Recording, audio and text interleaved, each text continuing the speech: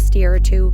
I didn't know what language those people would speak in that place. I didn't know who was going to be my friend next, but I did know. So today is a little bit of a different type of podcast. I think I have a little bit of an unconventional story, and it keeps going that way. I was born in Miami and then have moved 17 times until now. And to give a massive disclosure, I am 27 years old. So if you do the math, that's a lot of times. Writing a book to me was an absolute concept of vertigo. I think just thinking of it would make me be nauseous completely.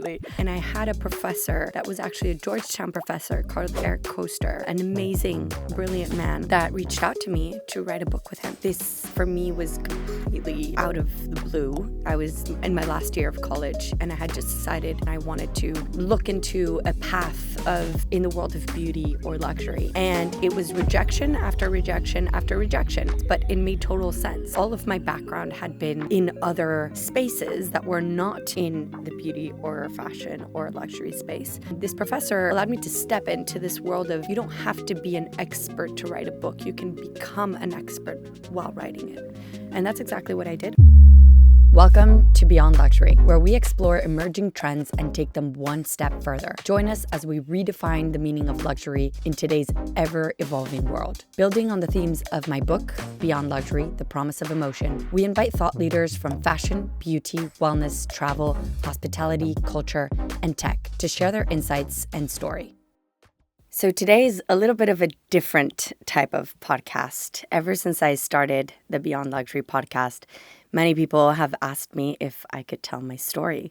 And to be quite frank, I didn't find it appropriate at the beginning. And now I've given in to this episode on telling you a little bit about my story and how I got here, as honestly, I think I have a little bit of an unconventional story, and it keeps going that way. And I now have learned how to appreciate it. But for years, I thought I had to go into a more conventional kind of path. And now I really have kind of come into that identity. So I'll tell you a little bit about, since the beginning, how my life has started. I think the concept of identity is one that is very big in my story. And I think that is one also that brings me to the luxury industry, beauty industry, fashion industry, arts, culture, and all of that world. The concept of identity is always one of massive importance. And I am born from two very Spanish parents from Bilbao, the north of Spain. And I was born in Miami. So already I started having kind of a third culture kid, as a lot of people describe kids that have moved all around the world growing up. That third culture kid concept has been one that's very present in my life. I was born in Miami and then have moved 17 times until now. And to give a massive disclosure, I am 27 years old. So if you do the math, that's a lot of times to have moved. So basically, I was born in Miami and since then have lived in North America, in Central America, in Russia, in Europe, in the UK, and in Switzerland. And so have made a little bit of rounds about in different places until now. And basically really do feel like a citizen of the world now. But for years, the question was, where am I from? And where do you feel like you're from? And what language do you think in? And what language do you dream in? And what language do you count in? But really was very blessed to have been born with three languages and then learnt the fourth with a lot of hard work, which was Russian. And I'll tell you a little bit about the story around that. But basically, moving around so much, my staple growing up was ballet, which was a very important part of my life. Ballet was something that I would practice every single day, and it was really my identity. I didn't know where I was from, but I knew what I was, and I was a dancer. And every single place I lived in the world, I went to Russian ballet schools. And I think this was a very smart option and choice that my parents made at that point because it allowed me to have a cadence and a real structure into what my life looked like. I didn't know where I would live in the next year or two. I didn't know what language those people would speak in that place. I didn't know who was going to be my friend next, but I did know that I had a Russian ballet school and my teachers were most likely going to be Russian. And the language in ballet is always French. And there's the same steps, and there's almost every big academy has a Nutcracker every year. So when I hear those Nutcracker songs, I think I've played every single role in the Nutcracker now. But I danced since I was 4 years old to 18, and it was a big, big part of my life. I danced almost for I think 3 to 4 hours a day. And then on the weekends, it was really like rehearsals and spent most of my weekends when I was younger in the ballet studio. So that was kind of how my life started, and that's very relevant today because aesthetic, discipline, the arts, the world of luxury, and the world of not only the performing arts but also creation is very, very ingrained in the way I was brought up and in the way that I see different either artistic or projects in general roll out. I always really have this in the back of my mind. And when I was younger, I did want to become a ballerina. And this was kind of my goal, especially when I lived in San Francisco. I went to San Francisco City Ballet, and a lot of my friends from that time ended up becoming professionals and are now lead roles in American Theater Ballet, in Joffrey, and in other operas around the world. And basically, I then, from there, ended up, of course, with all of my moves, always staying very loyal to that discipline. And that also brought in me, when I got injured, my urge to learn a fourth language, which, growing up with Spanish, English, and French, ever since I was young, I had lived in French-speaking countries like Geneva and then had gone to a lot of French lycées. So also all of that French side came into my luxury path as well, and very useful when I was older. I remember when I was younger, I didn't want to go to my French classes, and my parents would send me to Normandy every summer for a month when, in the summer, that's the last place you want to be in. If you've been to Normandy, it's really, really rainy and gray. But I had an incredible adoptive family in Normandy that took me in every single year from the ages 8 to 18. So it was a very fabulous relationship with them that also allowed me to continue my world in the French culture and in the French language. And when I started college, which is when I moved to LA, that's where I was very much exposed to a myriad of different disciplines, and a lot of those disciplines went into the worlds of art, but also into the worlds of international relations. And all my life, since I spoke languages and I had moved a lot and I always went to international schools, the question was, are your parents diplomats? And they're not. They are actually not diplomats. And I just moved a lot because of other reasons in my parents' job. But basically, it really ingrained into me, could I become a diplomat and could I be someone in the world of international relations? And so that's actually one of the things I studied in college, studied international relations, Russian and French philology, which is basically a mixture of history, literature, and the understanding of their arts. And I did this. And during my time in college, I did move to Russia for a year and basically really came in to perfect my Russian and also be able to get in touch with the art of ballet and, get into that world that I had been living in for so long. And Russian was the language I chose because, of course, knowing and having Russian ballet teachers around me all my life really brought me into that world. And today is a language I don't use as much as I would love to, but it is a language that has brought in a lot of, as well, different culture and discipline into my life. Creating a truly memorable luxury customer experience goes beyond simply selling a product. It's about crafting moments that resonate with customers long after they leave. By leveraging their unique brand DNA, luxury brands can develop signature experiences that reflect their core values, transforming everyday interactions into something deeply meaningful and memorable. To bring these experiences to life consistently, brands implement fully customized training programs that go beyond skills and knowledge.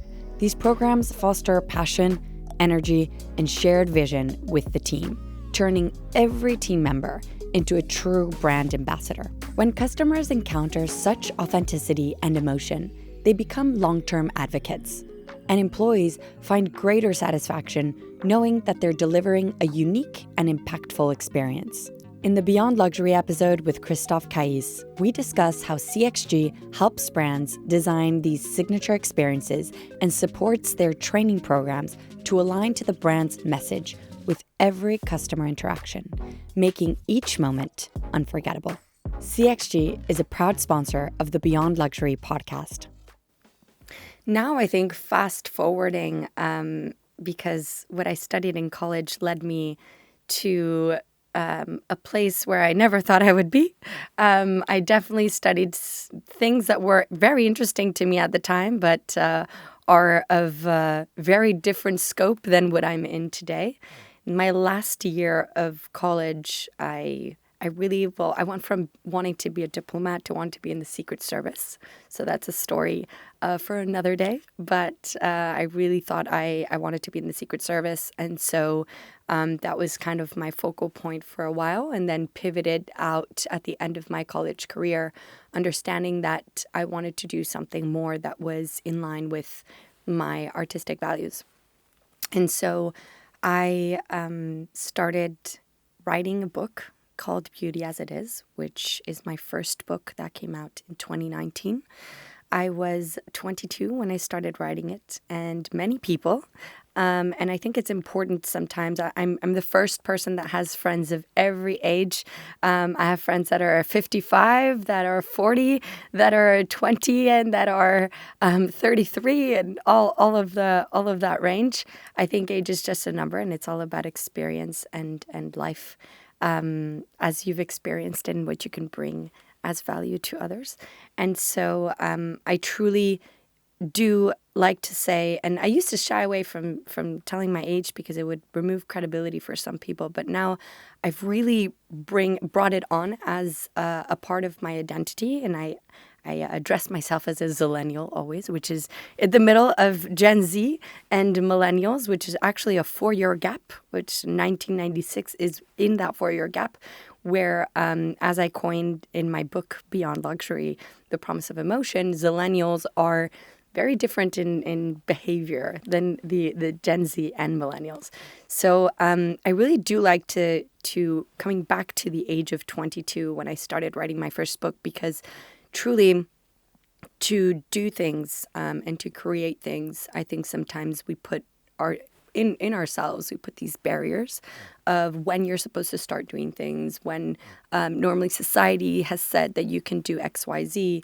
And I really want to put that forth, because breaking that barrier and breaking that confinement is truly important for the creative, and to actually have content and projects that come out that are valuable to you and that are really coming from your essence. And this book didn't really just come about. I had dyslexia growing up, and I think learning languages was very, very good for me because it allowed me to kind of pivot out of this concept of me thinking I had dyslexia. Also, it really helped that my parents really never took me seriously when I told them that I had it. So that also allowed me to kind of push through it without even thinking about it. But writing a book to me was an absolute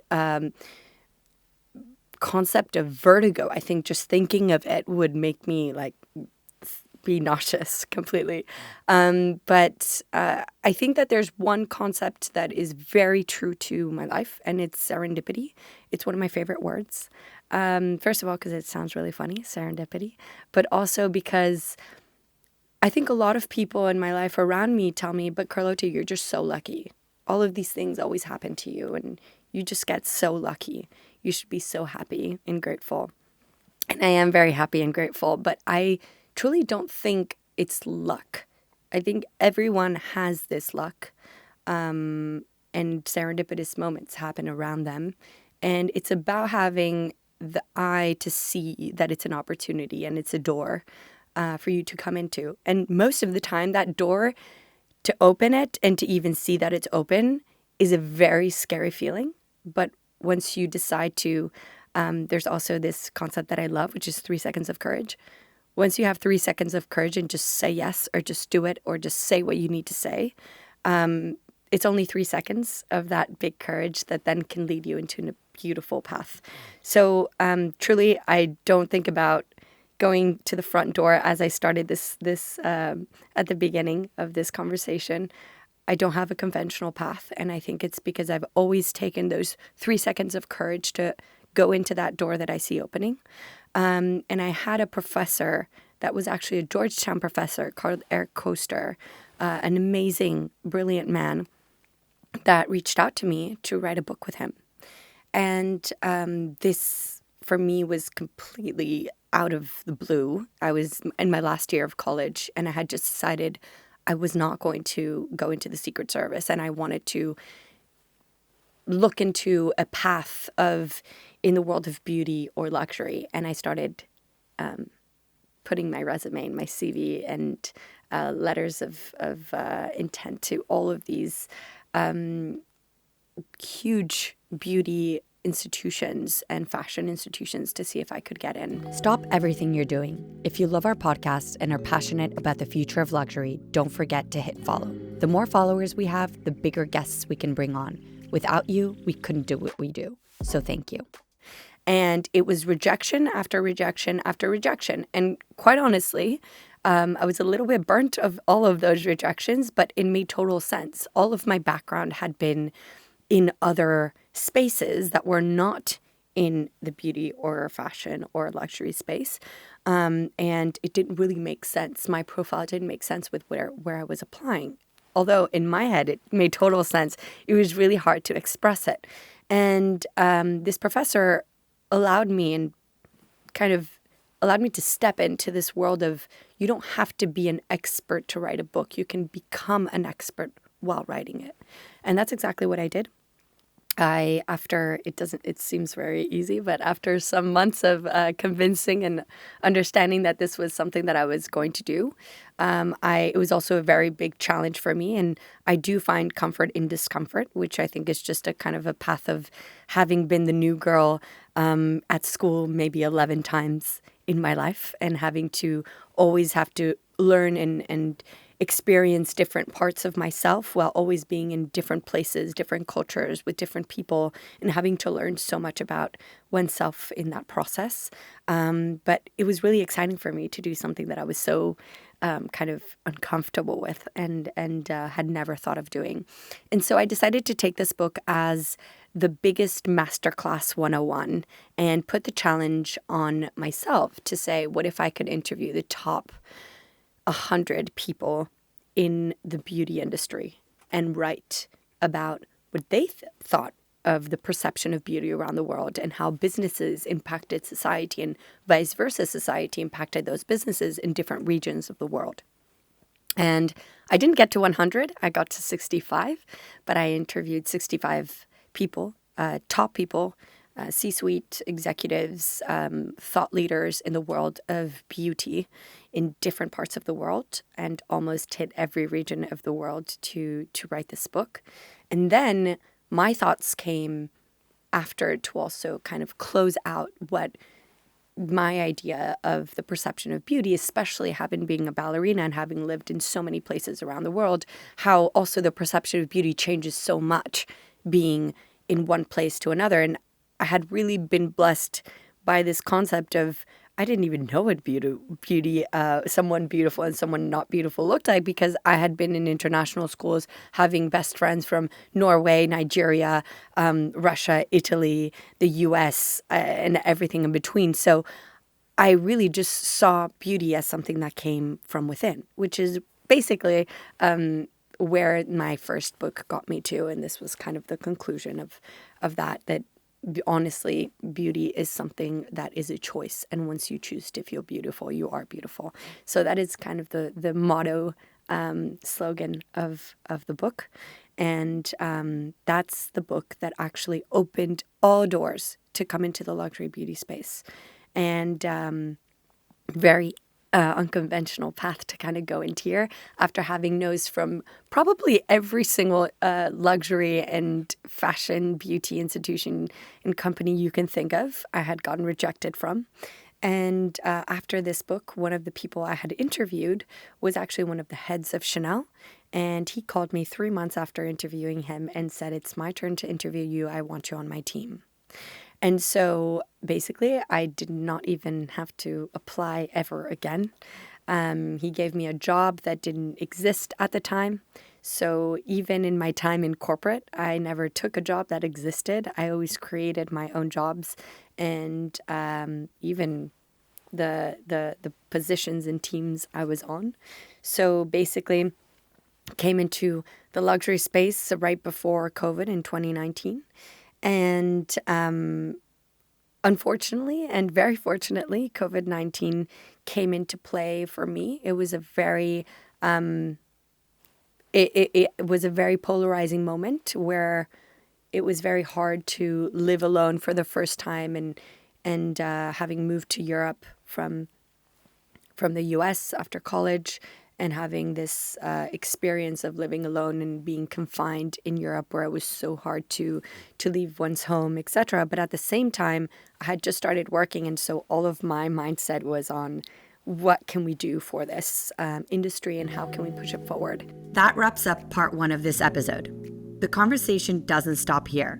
Make sure to dive into part 2 for more insights, stories, and perspectives you won't want to miss. For weekly updates on future trends and the latest insights and data on the luxury industry, be sure to follow us on the Beyond Luxury's weekly Substack. Discover our bespoke trend reports and come to us for luxury futures consulting at Beyond Luxury Group.